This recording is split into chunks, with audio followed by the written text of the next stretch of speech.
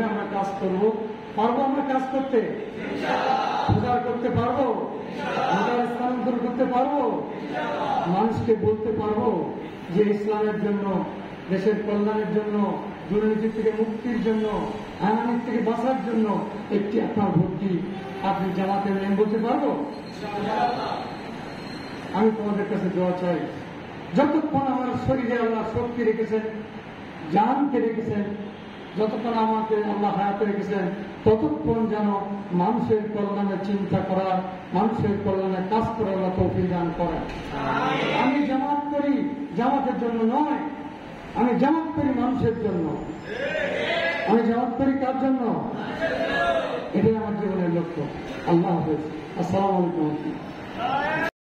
জাতিকে সঠিক পথের নির্দেশনা দেওয়ার জন্য আগামী জাতীয় সংসদ নির্বাচন হচ্ছে ইসলামী ছাত্র শিবিরের জন্য সব থেকে বেশি গুরুত্বপূর্ণ।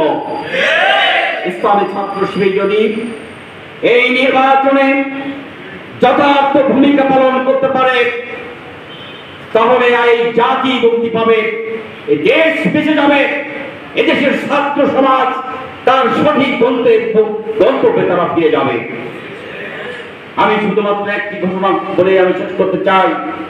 প্রিয় ভাইরা, আমাদের সামনে আজকের অপেক্ষা করছে তারেক বিন জিয়াদের ইতিহাস।